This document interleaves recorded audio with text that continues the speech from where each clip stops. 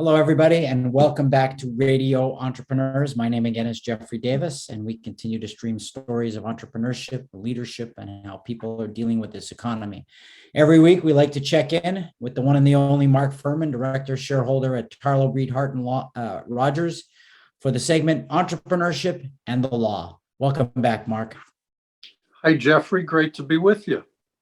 Good to be with you, too. I started to think I was going to say Neil Chayefsky, in the law. From our younger days.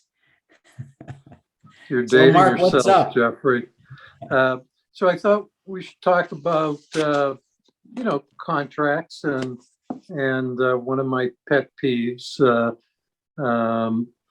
So you are a buyer of goods and you have someone who wants to buy them from you. So you find a supplier and you enter into an agreement under which the supplier is going to send you the goods. And you're going to turn around and you're going to sell them for a nice profit. So what could possibly go wrong, Jeffrey? Everything. So the answer is many things, and nobody ever cares about what the terms and conditions are, except when there's a problem, which does arise. And there's been an awful lot of problems since COVID hits and supply chains were disrupted. But I'm here to just ask a few questions that I hope business owners will keep in mind, and maybe they'll address their terms and conditions when they buy, when they enter into contracts, when they sell, to try to protect themselves for when things don't work out. Nobody needs protection when everything goes hunky-dory, but the cases that cross my desk are, of course, the ones that there are problems. So what happens if your supplier can't perform? Well, that means you can't perform. Right. So you need to understand what the implications of that. And, we have these dramatic spikes in prices. We've got significant inflation going on. It's how significant depends on the industry. A lot of goods come in from overseas, but the disruptions and bottlenecks in getting them here are significant. So how will the dispute be resolved? Another question. And there's a lot of there's different pieces of that. But for one question is, where will it be resolved? Do you care? Do you care whether it's resolved in arbitration? And if so, where will that arbitration be held? Will it be in Boston? Will it be in San Francisco? Will it be in Singapore? Do you care? Well, right now you may not, but if something goes wrong, you may very well care, whether you're talking about Boston, San Francisco, or Singapore. I'll add Vancouver to that because I saw that last week from a client. Yes, it could be anywhere in the world. And sometimes there's fights about whether a particular forum, a place where the dispute is going to be resolved, is enforceable or not, which will certainly result in extra litigation or dispute resolution costs. A different but related problem is, what law will apply? Will it be the law of Vancouver? Will it be the law of Singapore? Will it be the law of California? Or will it be the law of Massachusetts? And what are the differences? What are the differences on who's liable for what, for damages? It's every state is not identical. They all have the right to pass their own laws, and certainly sovereign countries outside the US have their own laws.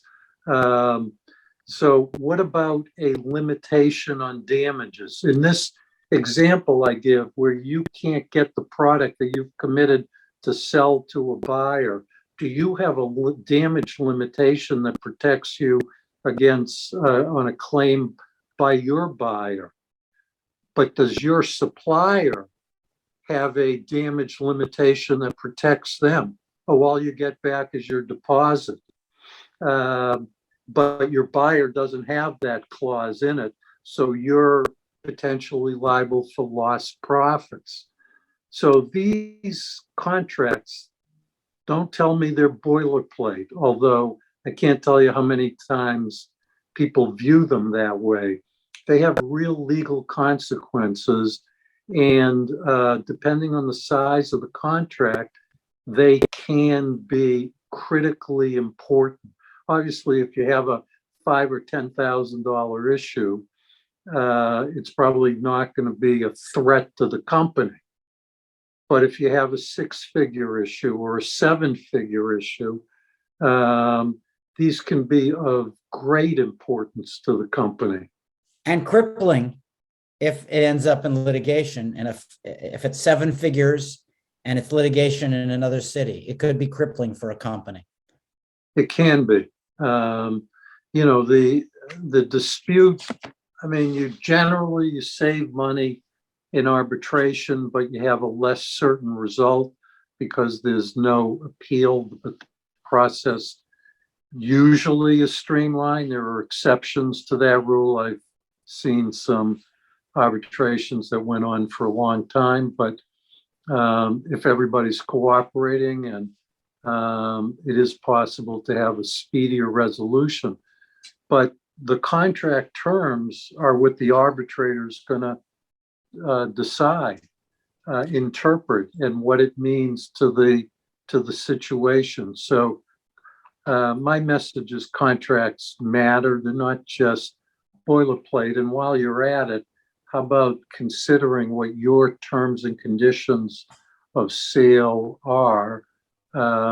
If you're a seller of products or services, because you want to protect yourself, you want to protect your company, you want to protect everything you have spent years and in some cases a lifetime building.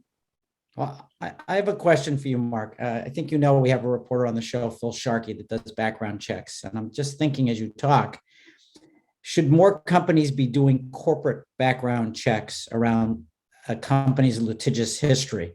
And can you get their litigious history? Because I know sometimes there's confidential settlements. But if you're going to sign a contract and it's San Francisco or Vancouver or Singapore, if you could find out if they have a history of litigious situations with company to company, that would help you to decide if you wanted to sign those agreements, correct? Yeah, I mean, there's, in general, civil lawsuits are public records. Sometimes the settlement agreements are confidential, but the fact of the existence of the lawsuit, the allegations that were made in the lawsuit, has somebody, what is there a pattern of types of things that happen? Maybe something that happens once is an outlier. It's hard to go through a business career without something going sideways. But if there's a recurring issue, there's a saying in banking, know your customer. Well, I think it's important in business to know who you're doing business with. And so a little due diligence is, I think, a good investment. Obviously, it depends on the size of, the transaction that you're talking about. But knowing who you're doing business with is important. And I remember, must have been 25 years ago, maybe 30, 25, we'll say. And I was being asked by a large corporation to do some work. And I told you about it. And you said to me, be careful. You'll probably never make money from them. So I do think and you know what? You were right. Again, And I think it's important to do background checks, not just on people, but on corporations and find their history. So, Yeah, different companies have different reputations. Um, uh, how they treat their suppliers, how they treat their customers. So I think a little bit of knowledge is power. Everybody wants to make the next sale, and you're laser focused on the profit that you're going to make, and appropriately so. But everybody enters into transactions totally focused on the upside, but sometimes you have to play a little defense too. Yep. And the great sports teams, they don't just play one way. They play both offense and defense, I like to say. So we've been speaking with Mark Furman, Tarlow, Hart Rodgers. This has been Entrepreneurship in the Law. If someone's looking for you, Mark, how do they find you?